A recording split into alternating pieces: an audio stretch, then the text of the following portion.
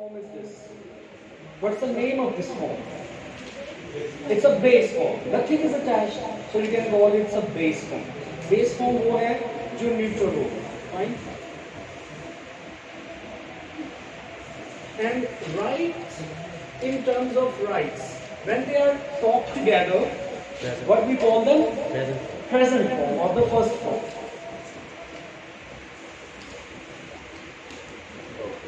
And this is the second form, past form. We have third form, which is written, and ing form, and to write. That is infinitive form. So we got basically six categories, right? Similarly, we have to look at the word be. Be is basically base form. And what is the first form of be? Was will be the second form. Is the first form. And is the first form. Are is the first form. There are three words which are considered the first form for be. Be is the base. Is and are is the first form.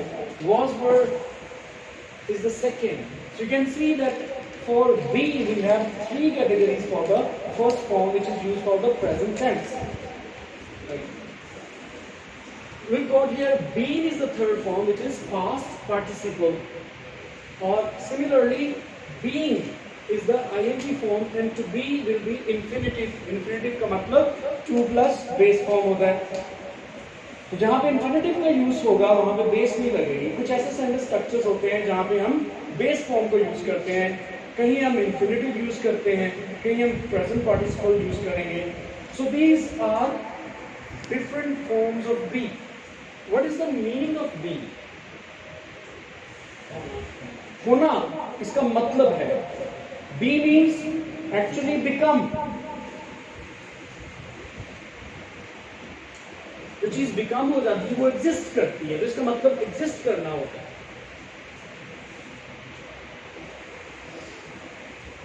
Ji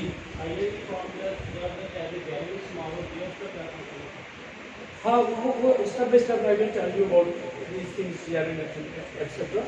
But now talking about from the scenario, whole scenario, we are having the meaning over here. कल जो हमने study किया था, हमने कहा था कि हमारे पास एक मेन वर्ब होता है और एक हेल्पिंग वर्ब होता है, और उसमें डिफरेंस क्या है कि मेन वर्ब का मैसेज होता है और हेल्पिंग वर्ब का कोई मैसेज नहीं होगा.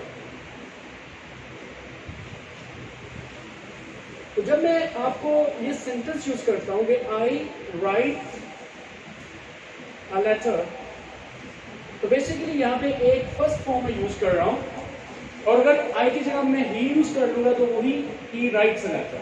तो ये दोनों एक दूसरे के साथ चलती हैं. अगर ही शी इट सिंगुलर नेम होगा तो हमने एस वाली फॉर्म यूज करनी है, और इनके बगैर एस वाली फॉर्म यूज करनी है. तो मैं फर्स्ट फॉर्म में से एक वर्ड पिकअप कर रहा हूँ और वो मैंने यहाँ पे यूज कर लिया. लेकिन जब मैं कहता हूँ आई एम अ टीचर, तो यहाँ पे एम क्या यूज हो रहा है? ये हेल्पिंग वर्ब यहाँ पे नहीं है. ये हमने कॉन्सेप्ट क्लियर करना था. यहाँ पे हमने डिस्कशन करते हुए सारा बैकग्राउंड समझा क्यों ये हेल्पिंग वर्ब नहीं है. पहली बात, अगर ये हेल्पिंग वर्ब है तो किसी वर्ब की इसको हेल्प करनी चाहिए. एम के बाद तो कोई और हेल्पिंग वर्ब और कोई मेन वर्ब है नहीं.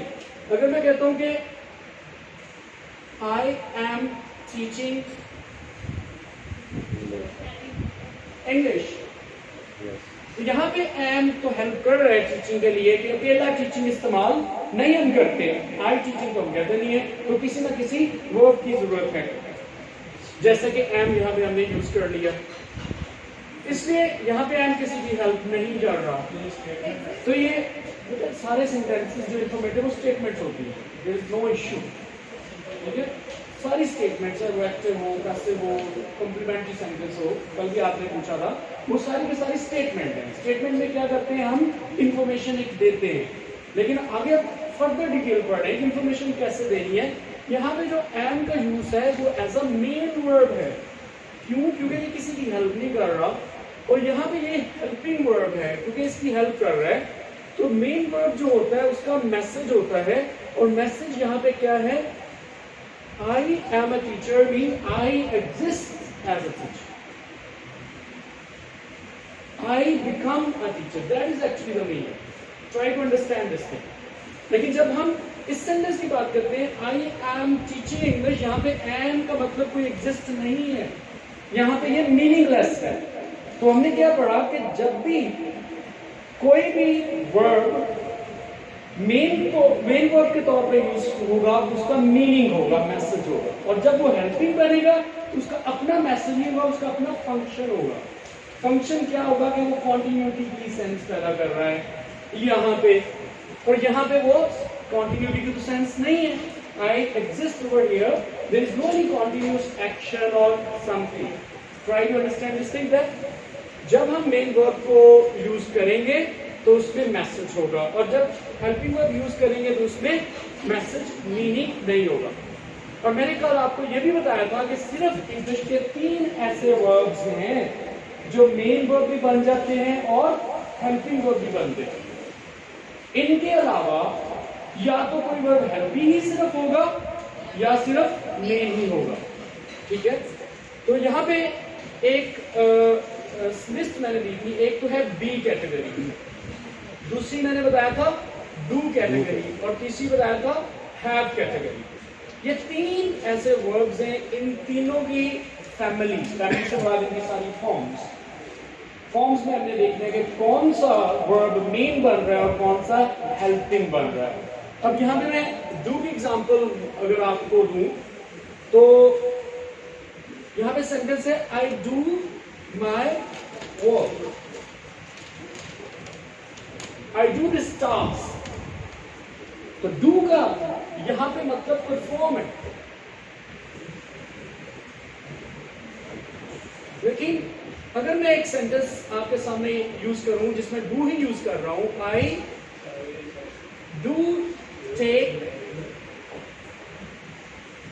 नोट्स, यहां पे भी डू यूज हुआ है, लेकिन ये टेक की ही भी ये लगा हुआ है। लेकिन फर्स्ट सेंटेंस में जो डू यूज हुआ है वो किसी भी वर्ब के साथ नहीं है, वहां पे वो क्या होगा? मेन। तो असल मीनिंग तो यहाँ पे टेक नोट्स है, ठीक है, और यहाँ पे कोई 2 एक्शंस नहीं है, एक्शन वही एक है कि नोट्स को टेक करना। लेकिन ये जो सेंटेंस है आई डू माई वर्क, यहाँ पे आई परफॉर्म माई वर्क, यहाँ पे डू का मीनिंग है। तो do is here as a main verb and do is here as a helping verb. Right, अब हम हैव की अगर एग्जांपल लें तो हैव का मतलब होता है पोसेस। यहाँ पे डू के मानी में ठीक होगा sir, I do take notes, मैं लाजमी तो अपने नोट्स लेता हूँ। अगर डू ना होता देन शी टेक हो जाता ना सर, लेकिन वो हेल्पिंग वर्ब तो नहीं लगाएंगे ना सर। नहीं, हेल्पिंग वर्ब यूज हो सकता है, ना भी हो तो देयर इज नो प्रॉब्लम, लेकिन हम यहाँ पे डू एज एक्शन मीनिंग नहीं है। मस्ट भी मीनिंग में आ गया। No, do is not in the meaning of must. Do is just trusting, you can say. Right? अच्छा, एक ये सेंटेंस है I take notes, और एक सेंटेंस है I do take notes। सबसे पहले इसमें डिफरेंस क्या है? मैं जब फर्स्ट रिस्पॉन्स देता हूँ किसी को, अपने क्लास फेलो से बात कर रहा हूँ, तो मैं कहता हूँ I take notes in the class, तो मेरे दिल हंस देता है, तो जैसे बिलीव नहीं कर रहा। फिर मैं उससे यकीन दिलाने के लिए कहता हूँ I do take notes in the class. तो आई डू टेक नोट्स उस वक्त हम बोलते हैं जब किसी को यकीन दिलाना हो, जब हमारी बात की एक्सेप्टेंस ना हो रही हो, तो फिर हम स्ट्रेस देते हैं कि ये ऐसे काम रियलिटी में है, और बगैर डू के हम एक जनरल इंफॉर्मेशन फ्लोट करते हैं। लेकिन यहाँ पे जो डू का इस्तेमाल है वो टेक की मीनिंग में इजाफा कर रहा है, कोई नया एक्शन नहीं बता रहा। ठीक है, इसलिए हम ये नहीं कह सकते कि डू का इधर अपना कोई मीनिंग है। Right, now look at the other examples. I have a book, So actually it means I possess a book.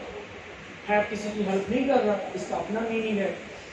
लेकिन जब कहते हैं I have taken food, तो इसका मतलब आप ये तो नहीं कहोगे कि I possess taken food। possess का ये कोई मतलब नहीं है। तो यहाँ पे have हमने एज अ हेल्पिंग वर्ब लिया है, इसका मतलब कोई नहीं है, लेकिन ये सेंस क्रिएट करता है। सेंस कैसे क्रिएट करेगा? वर्ब के मीनिंग में इजाफा करता है कि टेकन काम जो है ये कंप्लीट हो चुका। इधर अगर आप कहते हो कि डू का कोई अलग एक्शन मीनिंग नहीं है, लेकिन ये जो नोट्स लेने का काम वो लाजमी तौर पे है, वो स्ट्रेस के मीनिंग में है, कोई एक्स्ट्रा मीनिंग डू वहां पे नहीं दे रहा as an action. As an action उधर उसका मतलब नहीं है, उसका एक फंक्शन है। यही तो मैं आपको कह रहा हूं कि ये तीनों वर्ब्स जो हैं बाज दफा ये एक फंक्शन का रोल अदा करते हैं और तब ये हेल्पिंग वर्ब होते हैं, और ये मेन वर्ब जब होंगे तो इनका अपना मीनिंग होगा, और वो मीनिंग आपको बता रहा हूं। और जब ये मेन वर्ब बनेंगे, the time they are used as main verb, no other verb will be used after that. जब ये मेन वर्ब बनते हैं तो इनके बाद कोई और वर्ब नहीं इस्तेमाल होता। अब ये देखिए I have a book, इधर कोई वर्ब है इसके बाद, have a book के बाद, have a book, have के बाद इस पूरी फ्रेज में have के बाद कोई वर्ब इधर यूज हुआ है नहीं, यही लास्ट वर्ब है। और मेन वर्ब होने के लिए शर्त यही है कि सेंटेंस में जो आखिरी वर्ब होगा वही मेन वर्ब होगा। मेन वर्ब के बगैर सेंटेंस कंप्लीट भी नहीं हो सकता। तो आप फिर ये क्यों कहते हो कि आई एम ए टीचर में एम हेल्पिंग वर्ब है? तो अगर ये हेल्पिंग है तो मेन वर्ब इसका किधर गया? यही लास्ट वर्ड है। तो the last verb in the group of verbs will be main verb. एक ये भी इंडिकेशन है हमारे लिए, और इन्हीं तीन वर्ब्स को ही हम मेन वर्ब बना सकते हैं, और ये हेल्पिंग वर्ब भी इस्तेमाल होते हैं। और जब ये हेल्पिंग वर्ब इस्तेमाल होंगे तो ये वाले मीनिंग इनके मौजूद नहीं रहेंगे, ना बिकम का मीनिंग बी में आएगा। जैसे आई एम टीचिंग इंग्लिश, इसका मतलब ये तो नहीं है आई बिकम टीचिंग, तो इसका मतलब एम वहां पे कोई मीनिंग नहीं गया, सिर्फ एक फंक्शन अदा कर रहा है। ठीक है, अब हम बात करते हैं नेक्स्ट, आगे मूव करते हैं कि ये हमारे वर्ब्स की कैटेगरीज हमने पढ़ी। One is the first form which we call present, second form को हमने पास्ट कहा, थर्ड फॉर्म को हम क्या कहते हैं? Present participle, sorry present participle. Third form को हम कहेंगे पास्ट पार्टिसिपल, और आईएनजी फॉर्म को हम कहेंगे प्रेजेंट पार्टिसिपल।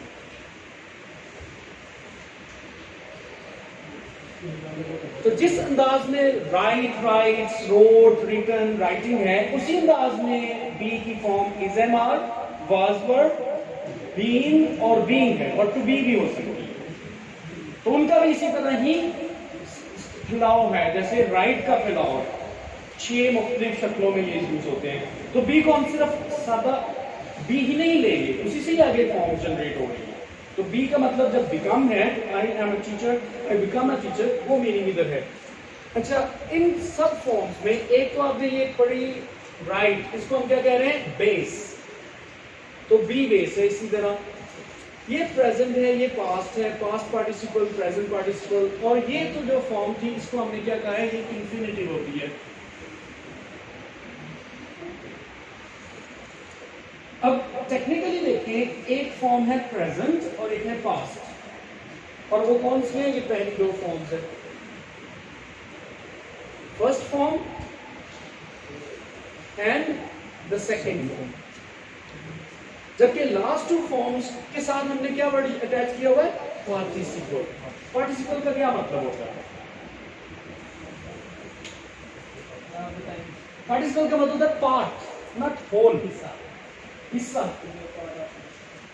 अब इससे क्या मुराद है? इससे मुराद यह है कि ये फॉर्म कभी भी अकेली इस्तेमाल नहीं होगी। जब भी वर्ब के तौर पे आएगी, इसके साथ किसी न किसी और चीज की जरूरत है। जैसे मैंने ये यूज किया है, I have taken is the third form, मैं कभी भी आई टेकन नहीं यूज करूंगा। जब भी इसमें एज अ वर्ब यूज होना है, एज अ पार्टिसिपल नहीं होना है, इसके साथ किसी और चीज का इजाफा होना है। जबकि ये जो दो फॉर्म्स हैं, जिसको हम प्रेजेंट या पास्ट कह रहे हैं, ये जब भी इस्तेमाल होंगी ये अकेली होंगी, ये फुल फॉर्म्स हैं। Two forms are full forms, जिसको हम फर्स्ट फॉर्म कह रहे हैं और सेकंड फॉर्म कह रहे हैं। अगर ही राइट्स a letter, कभी भी राइट्स के साथ कोई और हेल्पिंग वर्ब नहीं आएगा। ये अगर पार्टिसिपल है तो दूसरी क्या चीज इनके साथ आएगी, कोई ना कोई हेल्पिंग वर्ब आएगी। ठीक है, अच्छा ये भी पार्टिसिपल फॉर्म है, जिसे हम प्रेजेंट पार्टिसिपल कह रहे हैं। ये भी अकेली इस्तेमाल नहीं होगी एज अ वर्ब। कभी भी हम नहीं कहेंगे दे रनिंग, उसके साथ दे वर रनिंग या दे आर रनिंग, कोई ना कोई हेल्पिंग वर्ब लगाएंगे। So why are they called participle? Because they are used as a part of a whole group of verb, not as a full. Right, तो ये बात भी clear होगी। अब यहाँ पे जो पास्ट हमने कहा है, इस पास्ट से क्या मुराद है? इस पास्ट से मुराद एट अ ब्रॉड सेंस अगर हम कहें कि आई हैव टेकन फूड, यहां पे ये थर्ड फॉर्म यूज हुई है जिसको हम पास्ट पार्टिसिपल कहते हैं। वैसे टेंस कौन सा है? Present perfect. फॉर्म कौन सी यूज कर रहे हैं? Past participle. तो अब कंफ्यूजन आए कि टेंस प्रेजेंट है, फॉर्म हम पास्ट पार्टिसिपल यूज कर रहे हैं। पास्ट से मुराद यहां पे टाइम नहीं है, पास्ट से मुराद यहां पे कंप्लीशन है।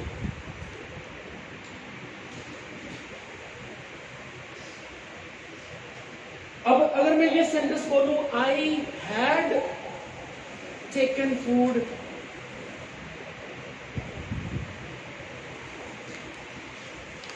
हैड टेकन फूड में तो आप कहोगे ठीक है ये पास्ट है, टेकन पास्ट में यूज हुई है। लेकिन आई हैव टेकन फूड में ये कैसे पास्ट बनेगी? एक्चुअली पास्ट फॉर्म से मुराद कंप्लीशन ऑफ एक्शन होता है। पास्ट फॉर्म जिसे हम पास्ट पार्टिसिपल कह रहे हैं उसे पास्ट ही कहते हैं, हम आगे प्रेजेंट टेंस में यूज कर रहे हैं। पास्ट का मतलब होता है something which is finished, something which is gone, something which is not remaining. So past से मुराद अब टाइम ना लें, पास्ट का एक दूसरा मतलब भी होता है कि जो पास्ट हो गई है काम, पास्ट से मुराद है वो कंप्लीट हो गई। So that's clear. अच्छा, इस प्रेजेंट से क्या मुराद है? अगर मैं कहता हूं आई एम टीचिंग इंग्लिश, तो एम की जगह पे अगर मैं ये यूज कर लूं I was teaching English,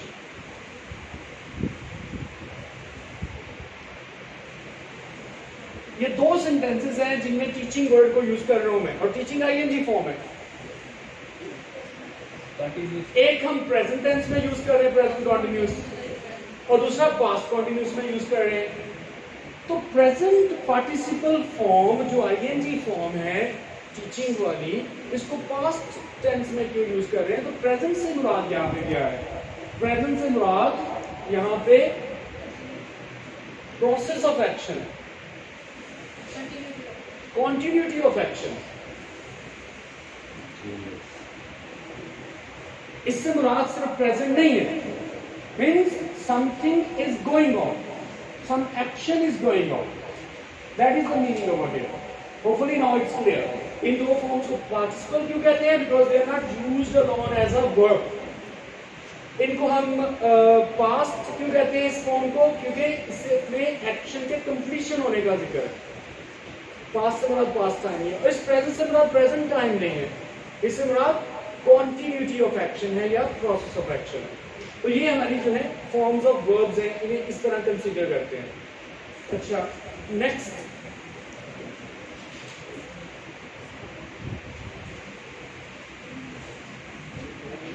so the difference between main verb and helping verb is clear, right? अब हम बात करेंगे फाइनाइट एंड नॉन फाइनाइट। ये जो दो कैटेगरीज हैं, right rights and wrote, right rights and wrote, verb first form and verb second form, ये finite होंगी। और दूसरी जो कैटेगरीज ये वाली हैं, रिटन और राइटिंग है, it means verb third form and verb ING form,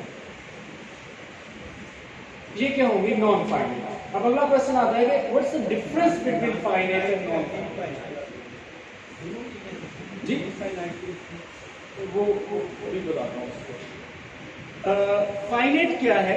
अभी वो जिन्होंने जेएन का क्वेश्चन पूछा था, अब वो चले गए, जो डिस्कशन होगी क्योंकि स्टेप बाय स्टेप आती है ना चीजें। अगर दरमियान में कोई अगली स्टेज का क्वेश्चन आ जाएगा, पिछले वो मिक्सअप चीजें हो जाएंगी। वेल,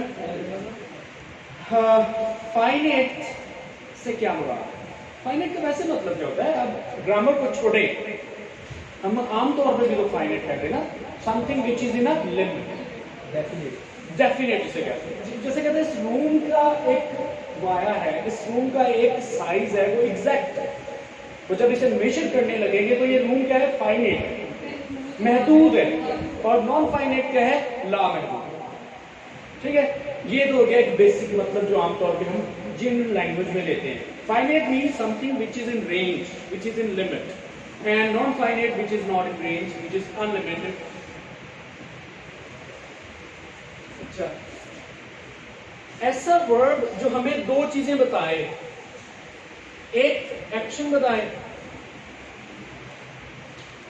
और दूसरा टाइम भी बताए। बेसिकली इस हद को हम कहते हैं कि ये फाइनाइट, कि हमें टाइम का पता है, उसकी रेंज का पता है कि किस टाइम में कोई चीज वाकई हुई। That is the reality. 5:07 पे ये काम हुआ था, तो वो एक रियलिटी थी। अभी मैं पढ़ा रहा हूं, this is a present, so that is reality. तो हम कहते हैं कि जो फर्स्ट फॉर्म है और सेकंड फॉर्म है, इन दोनों वर्ब्स के अंदर टाइम मौजूद होता है बगैर टाइम का इजाफा किए।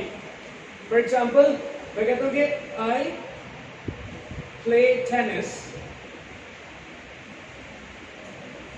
इसका मतलब है कि मैं टेनिस खेलता हूं। This action is in the present. I played tennis,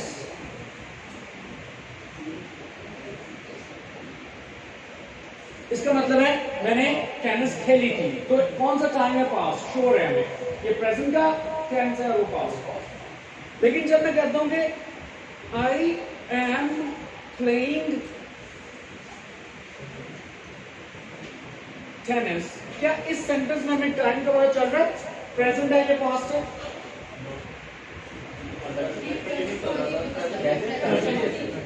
present continuous. और ये क्या है, आई वॉज प्लेइंग टेनिस। आपने टेंस मुझे बता दिया कि ये टेंस प्रेजेंट कंटिन्यूअस है, दूसरा टेंस क्या है, पास्ट कंटिन्यूअस। लेकिन ये चीजें कौन बता रहा है कि ये प्लेइंग तो नहीं ना बता, प्लेइंग के अंदर तो टाइम नहीं ना मौजूद है, तो इसमें कौन सी रेंज मिसिंग है, टाइम की मिसिंग है। इसके अंदर टाइम मौजूद है, ये प्रेजेंट है, इसके अंदर भी टाइम मौजूद है, वर्ब के अंदर दोनों चीजें मौजूद हैं, एक्शन भी मौजूद है, टाइम भी मौजूद है। ये वाला जो वर्ब होते हैं दोनों, जिसको हम थर्ड फॉर्म और आईएनजी फॉर्म कहते हैं, इसके अंदर एक्शन तो मौजूद है लेकिन टाइम मौजूद नहीं है। टाइम पैदा करने के लिए हमें किसी और चीज की जरूरत पड़ती है। Therefore, we call them non-finite. Non-finite means it does not have the range of time. तो जब आप am कहोगे, just like playing cricket, cricket खेली जाए, am कहेंगे present में बनेगा ना, playing के अंदर present नहीं है, playing cricket, was playing, was ने क्या है उसे past में ले जाना, तो was ने उसकी लिमिट मुकर्रर की, am ने उसकी लिमिट मुकर्रर की, लेकिन इस was और am के बगैर उसमें टाइम की कोई लिमिट ही नहीं है, वो सिर्फ और सिर्फ एक्शन है। फाइन, तो ये यहां पे चीजें हमें क्लियर हो गई। अच्छा, यही दोनों वर्ब्स, इनको time is not specified with in the main verb. If time is mentioned, it is mentioned by another verb. हमने तो वर्ब की फॉर्म को देखना था ना, वो कौन सी फॉर्म है, आईएनजी ले लो, ठीक है, आईएनजी आपने फॉर्म ली, यहाँ पे प्लेइंग, प्लेइंग के अंदर टाइम मौजूद नहीं है, वर्ड के अंदर बाय इटसेल्फ। किसने टाइम बताया, एम ने या was. Time is not specific here, it is not limited, it's not in range in that particular word. But sir, in the first phrase that you wrote, that one is the present continuous. Yes. And that one is indicating the continuity of the action. How can you say that time is not here? Yes, continuity of action can be in the present, can also be in the past. जब हम कहते हैं कि he was playing tennis, तो tennis खेल रहा था, तो उसके खेलने की कंटिन्यूटी किस टाइम में थी, पास्ट में। लेकिन ये था किसने बताया, प्लेइंग ने तो नहीं ना बताया, तो प्लेइंग के अंदर तो टाइम नहीं ना है, वो वाज बता रहे। अच्छा, जो भी वर्ब टाइम बताएगा उसे ही हम फाइनाइट कहेंगे। इसका मतलब है ये दोनों फाइनाइट हैं और ये वाले वर्ब्स नॉन फाइनाइट, जिसमें टाइम की लिमिट बता देनी है, टाइम की रेंज बता देनी है, टाइम को क्लियर कर देना, वो क्या बन जाएगा, फाइनाइट। वो एक सेंटेंस के अंदर 2-3 वर्ब्स यूज हुए हुए हैं, हमने देखना है कि कौन सा वर्ड टाइम बता रहे हैं। जो वर्ब टाइम बताएगा वही फाइनाइट और जो टाइम नहीं बताएगा वो नॉन फाइनाइट। इसके अंदर रहते हुए 2 किस्म के verbs. The time is stored by these 2 forms. Okay.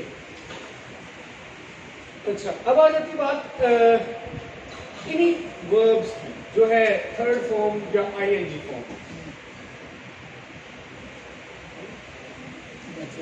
इनको 2 तरह हम लेते हैं।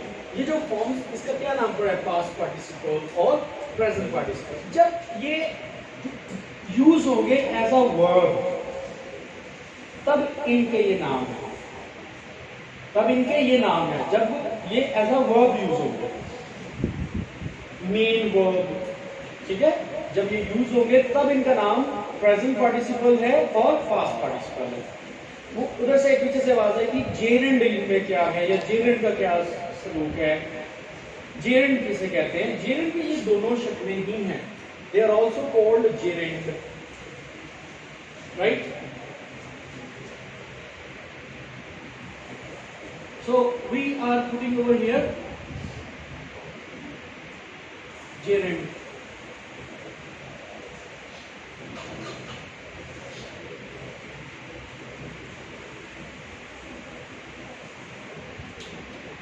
Right. अब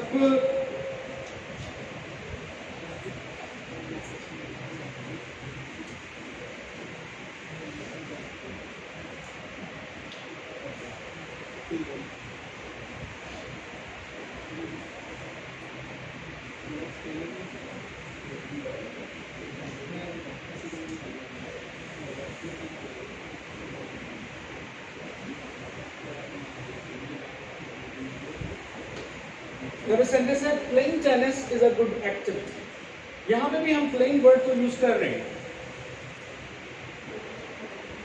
we are using the word playing ING form. Are we using as a main verb? No, लेकिन प्लेइंग उसी तरह यूज हो रहा है। यहां पे क्या है मेन वर्ब, वो तो इजी है, बड़ी कॉम्प्लीमेंट्री सेंटेंस है, यही लास्ट वर्ड वर्ब है, इसके बाद और वर्ब इस सेट में यूज नहीं हो रहा, ठीक है। और ये बताया जा रहा है उसकी एक स्टेटस को कि ये जो चीज है, ये something is a good activity, ये एज अ सब्जेक्ट इस्तेमाल हो रहे हैं, ठीक है। यहाँ पे एज अ नाउन इस्तेमाल हो रहे हैं, तो हम इसको क्या कहते हैं, वर्बल नाउन, जो बेसिकली यही जेरेंड है।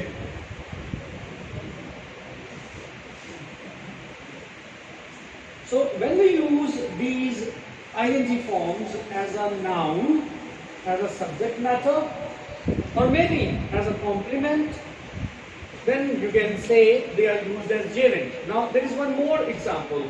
I like swimming.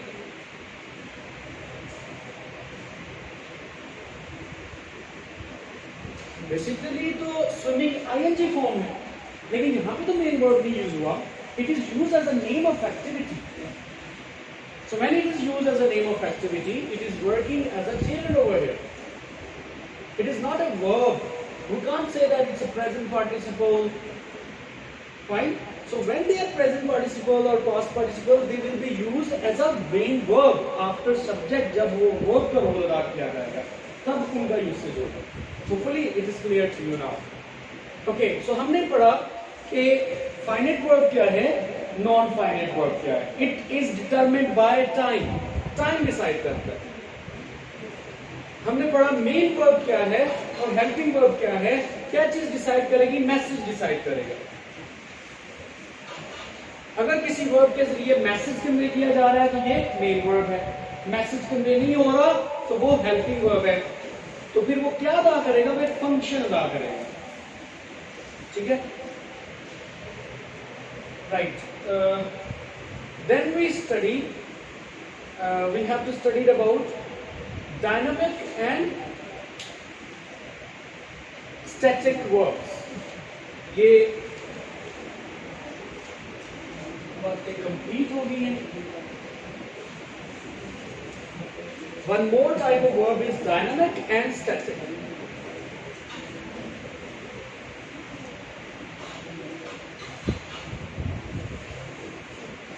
Dynamic means something motion, something is in motion, action which is in motion. Just like walk is in motion. So you can say walk is dynamic. So it is decided by movement. If movement is there, then we can say that verb is dynamic. If no movement is there, we call it static. For example, there is a verb, we can say a stapler lies on the table.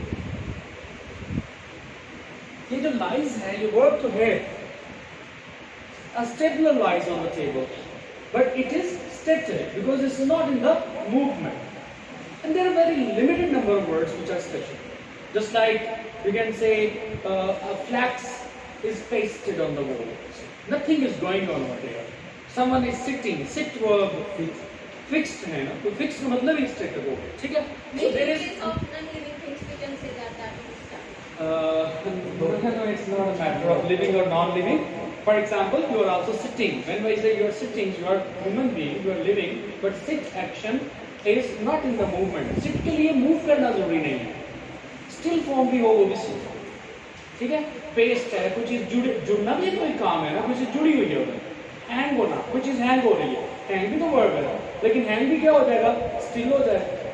So the action which is still, but still this is action is की static condition है उस action की, जी movement नहीं है, simply वो बता दिया, तो movement is there and there is no movement. So movement की बुनियाद पे हम ये डिवीजन करते हैं। So walk is dynamic and sit is static. Walk a step, ये पूछते ए स्टेप लो, लाइज लाइज यहाँ पे क्या है, स्टैटिक। तो इसमें सिर्फ इतनी सी चीज है, स्टैटिक हमें सेंस पता होनी चाहिए। अगर हम सिर्फ वर्ब का यही डेफिनेशन करेंगे, verb is a word which is an action, तो एक्शन की कंडीशन कैसी है? It could be dynamic and it could be static, so you should not be confused about static things. Dynamic है, writing, eating, of course. Sleep क्या है? Static. Simple हम ये कह सकते हैं जिसमें कोई परफॉर्मेंस ऑफ एक्शन हो रही है वो डायनामिक हो। परफॉर्मेंस कह लें, मूवमेंट कह लें, there is something going on. Yes. Okay, now let's see the other. ये स्ट्रक्चर के लिए बहुत इंपॉर्टेंट है, उसको हम कह रहे हैं the difference because of transitive and intransitive verb.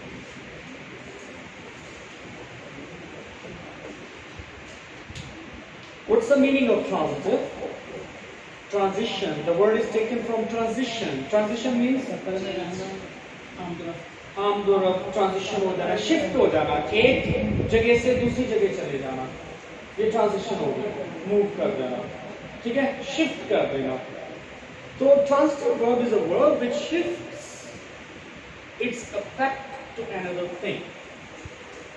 Transitive verb is a verb which requires an object, which requires a receiver for its performance. I teach. If I say I teach, it's not a full sentence. Again, person will ask, teach क्या, किसको, क्या पढ़ाते हो, किसको पढ़ाते हो? But when I say I drink, everybody will ask what, water, tea, something. तो drink का असर किसी पे है? Effect of the action is shifting to another thing. ऐसा वर्ब जो अपने बाद ऑब्जेक्ट रिक्वायर करता है, उसकी एक मैसेज वाइज जरूरत है। अब कहते हो स्लीप, स्लीप ने किसी पे अफेक्ट नहीं करना मास वाई परफॉर्मर के। If the effect of the action is shifted to another thing, it is called transitive. And if the effect of action moves back to the performer, it is called intransitive. अब ये देखें, जब मैं कहता हूँ कि he smiles, अब इसने काम किया है, ये वाला काम है, और इस काम का असर भी उसी पे ही है, तो वो स्माइल करेगा, उसका चेहरा ही ऐसे होगा। आई वॉक, तो मैं वॉक कर रहा हूँ, उस वॉक का असर मेरे ऊपर ही है ना, कि मैं उधर से लेके इधर आ गया, किसी और के ऊपर तो शिफ्ट नहीं हो रहा काम। तो जब मैं कहूँगा आई टीच, मैं अपने आप पर तो नहीं करूंगा ना, तो इसका असर पीछे नहीं लौटता। तो it means there is no transition. The person who is a performer, effect remains on that, on him or her, जो भी है, उसी के ऊपर ही, परफॉर्मर के ऊपर ही असर रहेगा। लेकिन ट्रांजिटिव में क्या होता है, जस्ट लाइक आई ड्रिंक, अपने आप को तो नहीं ड्रिंक कर सकता, तो of course something else is required. You can say I drink water, तो आई प्ले व्हाट, अगेन अपने आप को तो नहीं प्ले करना, I play cricket, I play hockey, so I drink water, ठीक है। तो transition is called when there is a shifting of effect of action to another thing, object की रिक्वायरमेंट है। अगर आप कहते हो कि आई ड्रिंक, या आप कहते हो कि आई प्ले, तो यहां पे फुल स्टॉप आप यूज कर लेते हो, तो ये सेंटेंस ही रॉन्ग है। जबकि दूसरी तरफ आप कहते हो कि आई स्लीप या आई स्माइल, तो ये सेंटेंस यहां पे ठीक है। तो ऐसे वर्ड्स जो अपने बाद ऑब्जेक्ट को नहीं रिक्वायर करते, वो वहां पे ही कंप्लीट हो सकते हैं, और वहां पे भी फुल सेंटेंस। और जो ऑब्जेक्ट रिक्वायर करते हैं और उनके बाद ऑब्जेक्ट ना यूज किया हो, तो फिर वो सेंटेंस गलत है, वहां पे हम फुल स्टॉप नहीं लगा सकते। हाँ, आई ड्रिंक का मतलब मैं बता देता हूं। ड्रिंक जब आपने कहा, एक तो है just simply an act of drinking, ठीक है, वो कोई भी चीज हो सकती है, just like I drink tea. Taking tea,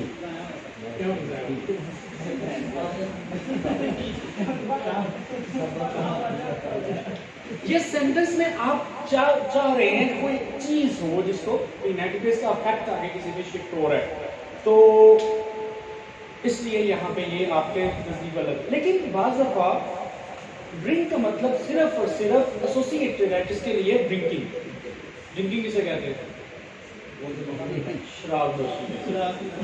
तो ड्रिंक का मतलब कोई भी चीज पीना भी होता है, और ड्रिंक का मतलब शराब नोशी करना होता है। तो जब आपने आई ड्रिंक कहा, तो वो फिर स्पेसिफिक हो जाएगा कि आई ड्रिंक से मुराद कि मैं शराब नोशी करता हूँ सिर्फ, राइट। तो ये सेंटेंस करेक्ट है, but in the different meaning. लेकिन इस मीनिंग में नहीं कि कोई भी चीज पी जा सकती, तो ड्रिंक के दो मतलब है, राइट। अच्छा, ये like an example, coronavirus mutate itself after every 15 days. Is it transitive type of sentence? Corona virus मुझे वर्ड नहीं समझ आई, स्पीक लाउडली। coronavirus होता है हर 15 दिन बाद अपने नहीं इंग्लिश में बोले ना, coronavirus mutate itself after every 15 days. rotates, okay, rotate, mutate, okay, Mutation. so that of course it is not affecting something, right? So there is no object here. Object है आपके सेंटेंस में नहीं है ना, तो इसका मतलब है इस एक्शन ने आगे शिफ्ट नहीं किया, क्योंकि इस एक्शन के अंदर, म्यूटेशन के अंदर जिस चीज ने म्यूटेट करना है उसी के अंदर ही अफेक्ट। इसका मतलब ये नहीं था कि वो एक्शन अफेक्ट नहीं करता, अफेक्ट किसे करता है, परफॉर्मर को करता है, जिसकी बात होगा। अच्छा, अब मैं आपको कुछ एग्जांपल्स दे देता हूं। कुछ वर्ब्स ऐसे हैं जो दोनों रोल प्ले कर रहे हैं, जैसे कि वर्ड है फ्लाई। फ्लाई का क्या मतलब होता है, उड़ना, कोई और मतलब भी होता है, नहीं, एज अ वर्ड, ये कह रहा है प्रोनाउंस करना उड़ना ही है, एक ही बात। फ्लाइंग, अच्छा, जी जी बोले, यू आर राइट। क्या मतलब है उसका? एक है उड़ना, और फ्लाई का मतलब ही उड़ाना भी है। जब आप कहोगे the birds fly in the sky, कौन उड़ता है? परिंदे। और उड़ने का असर भी परिंदों के ऊपर ही है, किसी और को वो मुतासर कर रहे हैं उड़ते हुए? तो फ्लाई वहां पे बर्ड्स के लिए इंट्रांसिटिव है। उसका इन से मुराद ले लें नो, नो ट्रांजिशन, क्योंकि बर्ड्स को फ्लाई करना है, जब वो फ्लाई करेंगे फ्लाई करने का असर भी उन्हीं के ऊपर है। लेकिन जब कहेंगे a boy flies a kite, तो वहां पे क्या होगा? कौन? वो उड़ाने का मतलब है। तो फ्लाई के दो मतलब है। जब ये मीनिंग होगा तो यहाँ पे ये क्या हो जाएगा? ट्रांजिटिव। और जब ये मीनिंग होगा तो यहाँ पे इंट्रांजिटिव।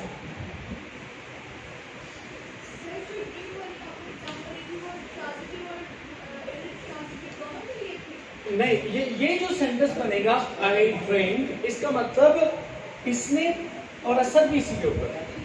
ये यहाँ पे इंट्रांजिटिव होगा, जबकि आई ड्रिंक वाटर यहाँ पे ये ट्रांजिटिव बनता है। मीनिंग चेंज होने से सिचुएशन चेंज होगी। वहां पे कोई और चीज, कोई भी चीज नहीं हो सकती है। वहां पे अंडरस्टूड है कि सिर्फ ड्रिंक से मुराद वो ही है। अच्छा, अब इसी तरह वर्ड है चेंज। चेंज का मतलब तब्दील करना भी होता है और तब्दील होना भी होता है। The weather changes every month in Pakistan. The weather condition changes. ये तो कंडीशन के हिसाब से होता है। हाँ, उसकी मीनिंग के हिसाब से हम उसे हम ये नहीं कहेंगे चेंज के बाद हमेशा ऑब्जेक्ट लाएं। आपने मीनिंग कौन सा पैदा करना है? सिचुएशन जैसा। बिल्कुल, आप कहते हो कि वेदर चेंजेस, तो तब्दील होता है। होने के लिए there is no need of object. I change the content of this food. तब्दील होना नहीं, यहाँ पे क्या है? तब्दील करना। सही है। तो चेंज के अंदर ट्रांजिटिव भी हम यूज कर सकते हैं इसको, चेंज को, and we can also use intransitive. Similarly increase, the government increases the prices of petrol. किसने बढ़ाया? गवर्नमेंट ने। किसको बढ़ाया? प्राइसेस। ठीक है। तो अगर हमें एक्शन के फौरन बाद उर्दू में ज़हन में रखने के लिए एक्शन के फौरन बाद ये जरूरत पड़ जाए कि किसको? आई ड्रिंक किसको? वाटर। तो यहाँ पे ये ट्रांजिटिव। इंक्रीजेस किसको बढ़ाया? तो प्राइसेस को बढ़ाया और पेट्रोल। तो जब हम कहेंगे the weight increases with the pass of time, weight बढ़ाता नहीं, वेट अब यहाँ पे बढ़ रहा है। यहाँ पे क्या हो जाएगा? इंट्रांजिटिव है। तो अब ये समझें कि जब यहाँ पे ऑब्जेक्ट की जरूरत नहीं है, वहां पे वो इंट्रांजिटिव। और जहां पे ऑब्जेक्ट आएगा फौरन ही मीनिंग पैदा होगा किसको? तो बढ़ाया जाता है किसी चीज को, तो बढ़ जो चीज खुद बढ़ती है उसके लिए किसको की जरूरत ही नहीं है। आप कह सकते हो कि सोता हूं तो आप सोने के बाद कहें किसको? देयर इज नो स्माइल्स, तो किसको? कोई मीनिंग नहीं बनता। उर्दू में भी आप अगर ज़हन में रखें तो अगर किसको की सेंस डेवलप होती है तो समझ लें वहां पे ऑब्जेक्ट की जरूरत है, otherwise the sentence will be wrong. So hopefully it's clear. कुछ ऐसे वर्ड्स हैं जिनके लिए हम दो ऑब्जेक्ट की बात जरूरत होती है, उसको हम कहते हैं डायट्रांजिटिव।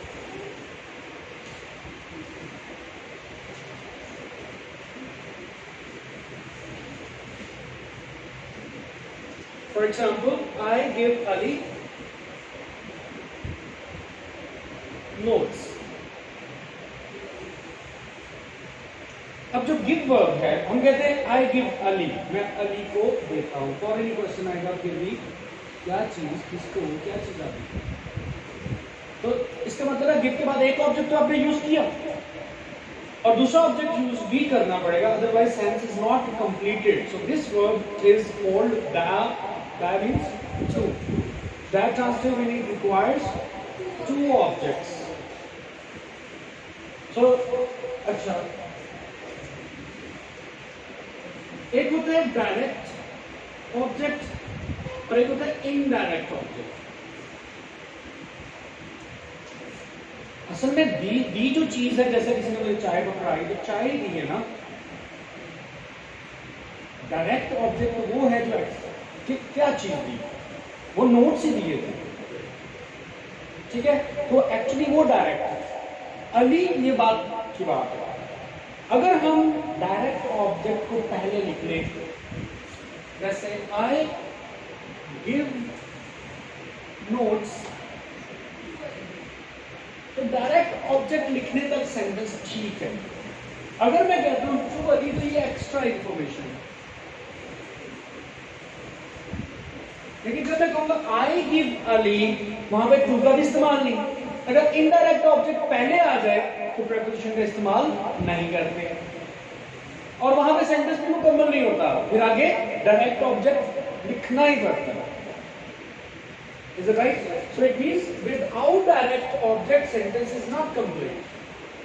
उसका रीजन भी इतने सारे साथ कुछ ना कुछ देना पड़ेगा। अच्छा, ओके, ये हमारे वर्ब्स की काइंड्स मुकम्मल हुई हैं जी। क्या कह रहे हैं? आज के लिए बहुत है। चले मेन पॉइंट तो यही मेरे दोनों के लिए कोई कॉमन वर्ड यूज किया जाता है, जैसे ट्रांजिटिव वर्ड, ट्रांजिटिव ऐसे वर्ड जो दोनों में यूज करते हैं। हाँ जी।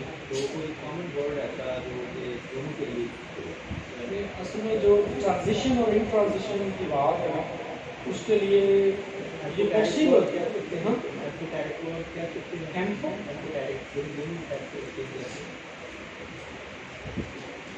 आप उसको कभी देखते मेरे माइंड में क्वेश्चन था कि नहीं, मैंने तो अभी तक आज तक नहीं पढ़ा कि उसकी कोई कैटेगरी हो। कैटेगरी कैसे आ गई, हाँ, तो इसमें दोनों है, उसके लिए भी कोई वर्ड होना चाहिए। नहीं, फाइंड करने को हम बना सकते हैं, लेकिन एक्चुअली जो कुछ टर्म्स होती हैं वो एक कुछ ऐसी टर्म्स होती हैं जो दूसरे के कंट्रास्ट के साथ ही डिफाइन हो सकती हैं, ट्रांजिटिव और इंट्रांजिटिव। और एट अ टाइम अगर एक वर्ड है जो एक पॉइंट ऑफ व्यू में भी इस्तेमाल हो रहा है और दूसरे में भी इस्तेमाल हो रहा है, लेकिन उसकी कंडीशंस डिफरेंट होंगी। अब उसे हम न्यूट्रल भी नहीं कह सकते। न्यूट्रल इस वजह से नहीं कह सकते कि जब वो ट्रांजिटिव इस्तेमाल होगा तो वो अपनी ट्रांजिटिव इस्तेमाल होने के साथ अपनी सारी करैक्टरिस्टिक्स रख रहा होगा, तो वहाँ पे भी न्यूट्रल नहीं। अगर वो इंट्रांजिटिव यूज हो रहा है तो वहाँ पे भी न्यूट्रल नहीं, वो इंट्रांजिटिव की सेम वर्ड फीचर्स उस कंडीशन में रखता है। तो एक चीज़ है, न्यूट्रल कह सकते हैं, या आपने जो वर्ड बोला, लेकिन फिर भी उनकी यूसेज में जिद होनी पड़ेगी। अच्छा, सेंटेंस की ना एक होता है सब्जेक्ट, एक होता है प्रेडिकेट,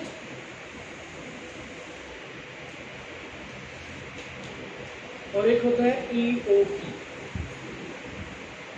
कोई भी इंफॉर्मेटिव सेंटेंस है ना, जिसे हम कॉम्प्लीमेंट्री सेंटेंस कहें, एक्टिव कहें या पैसिव कहें, उसके 3 पार्ट्स हो गए, सब्जेक्ट, प्रेडिकेट और EOP। सब्जेक्ट किसे कहते हैं? टॉपिक। क्या मुझे सब्जेक्ट की डेफिनेशन दे सकते हैं जो आपने सारी ग्रामर बुक्स में पढ़ी थी और अल्हम्दुलिल्लाह गलत ही पढ़ी? फाइल, हाँ, ये उर्दू में ट्रांसलेशन लिखी होती है, लेकिन ये गलत डेफिनेशन, गलत डेफिनेशन। काम करने वाला, फाइल का अरबी वर्ड है, उसका उर्दू में यही मतलब होता है काम करने वाला। नहीं, ये भी गलत वर्ड है, गलत डेफिनेशन। मैं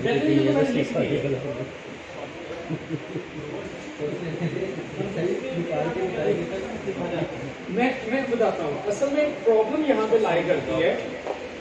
ये जो सब्जेक्ट की डेफिनेशन आप फाइल पढ़ते हैं या डूअर पढ़ते हैं, ये सिर्फ एक कॉन्टेक्स्ट में है। जब कोई भी सेंटेंस एक्टिव होगा ना, सिर्फ उसका सब्जेक्ट फाइल हो सकता है, पैसिव सेंटेंसेस का, लेकिन सब्जेक्ट तो उनका भी होता है। उनका सब्जेक्ट क्या होगा? दूसरी बात, जो कॉम्प्लीमेंट्री सेंटेंस है उसमें तो एक्शन ही नहीं होता, तो फाइल काम तो होता ही नहीं है, तो काम करने वाले की बात कहाँ से आएगी? लेकिन कॉम्प्लीमेंट्री सेंटेंस में ना फाइल होता है ना ऑब्जेक्ट होता है। जैसे एक सेंटेंस है हमारे पास, my teacher is punctual. In this sentence, my teacher is your subject. Is punctual is any action? This is a characteristic. This is the adjective. This is the quality of the teacher. Punctual is not an action. It is not an object. Object के लिए जरूरी है कि अभी थोड़ी देर पहले पढ़ा है जो एक्शन हो, जैसे ड्रिंक वाटर, तो जिस एक्शन का असर किसी चीज पे होगा वही ऑब्जेक्ट। इस सेंटेंस में ये नहीं है, लेकिन माय टीचर फिर भी सब्जेक्ट। अब नई डेफिनेशन सीख लें, जो हम ग्रामर की बुक्स में सब्जेक्ट की डेफिनेशन पढ़ते हैं कि वो फाइल होता है, no. Subject is a matter of discussion. Subject is a word about which the information is given. Subject, हम फॉर एग्जाम्पल आपने लॉ में डिफरेंट सब्जेक्ट्स पढ़े होंगे, उनको सब्जेक्ट क्यों कहते हैं? मैं जब एमए इंग्लिश कर रहा था तो पोइट्री एक सब्जेक्ट था, उसको सब्जेक्ट ये इस वजह से नहीं कहते थे कि पोइट्री कोई काम करती है। पोइट्री को सब्जेक्ट क्यों कहते हैं? Because it's a matter about which we have to discuss. Subject is a topic for conveying information. जब मैं कहता हूं माय टीचर, तो आप कहते हो क्या इंफॉर्मेशन देना चाह रहे हो? जो मैं इंफॉर्मेशन दे रहा हूं इज पंक्चुअल, ये हमारा प्रेडिकेट है।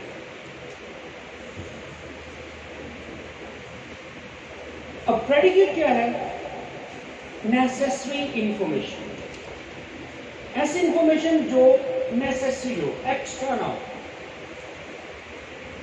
इन दोनों वर्ड्स के दरमियान में से मैं किसी एक वर्ड को भी स्किप नहीं कर सकता। लेकिन जब मैं कहता हूं my teacher is punctual every day, every day को यूज करूं या ना करूं, सेंटेंस की सेहत पे नहीं असर है, वो एक्स्ट्रा इंफॉर्मेशन। तो जब अगर एवरी डे मैं यूज करता हूं तो वो मेरे लिए क्या है? EOP। आपको सेंटेंस के पार्ट्स का पता होना चाहिए कि कैसे हम उसको प्रोलॉन्ग कर सकते हैं और कैसे उसको हटा सकते हैं। Right, so we got here subject is a matter of discussion. अच्छा, ये सारे सेंटेंसेस जिनके बारे में हमने बात करनी है, ये बताया था मैंने कल के लेक्चर में, इनको क्या हम कहते हैं? Informative sentences. क्यों इंफॉर्मेटिव कहते हैं? Because they contain information. ठीक है, इंफॉर्मेटिव सेंटेंसेस में इंफॉर्मेशन होती है, तो जिस चीज के बारे में इंफॉर्मेशन देनी है उसे ही सब्जेक्ट कहेंगे। जिस चीज को हमने डिस्कस करना है, जिस चीज के बारे में हमने इंफॉर्मेशन कन्वे करनी है। अब आगे समझ, तो यहां भी ये सब्जेक्ट है, नॉट बिकॉज ऑफ फाइल या परफॉर्मर और doer. It is a subject because about this we are talking, we are to discuss, we are to convey information. My teacher को डिस्कस किया जा रहा है। जो डिस्कशन है उसके भी आगे दो हिस्से हैं। इंफॉर्मेशन दो तरह की हो सकती है। एक क्या है? प्रेडिकेट। प्रेडिकेट किसे कहते हैं? Compulsory information, necessary information. उसमें से अगर एक वर्ड मिस है तो सेंटेंस ही गलत होगा। Necessary information.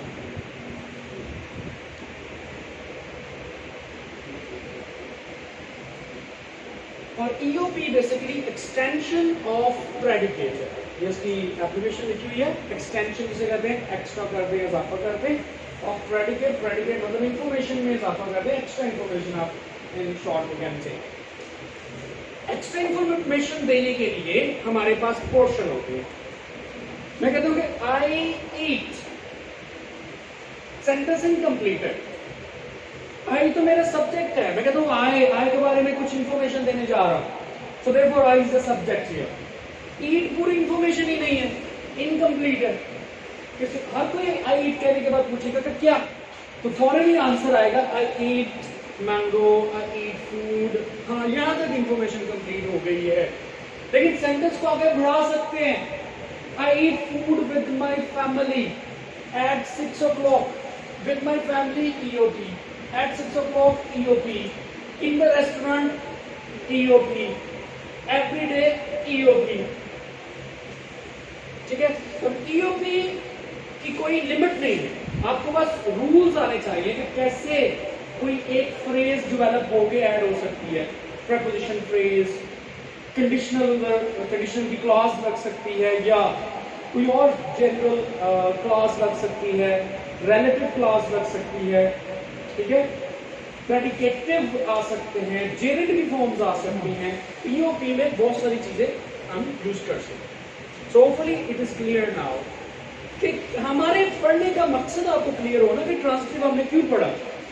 ये इसलिए पढ़ा कि हमें पता हो प्रेडिकेट कितना हो, जो एग्जैक्ट इंफॉर्मेशन है। अगर तो वो ट्रांसलेटिव वर्ब है तो उसके साथ ऑब्जेक्ट भी प्रेडिकेट का हिस्सा होगा,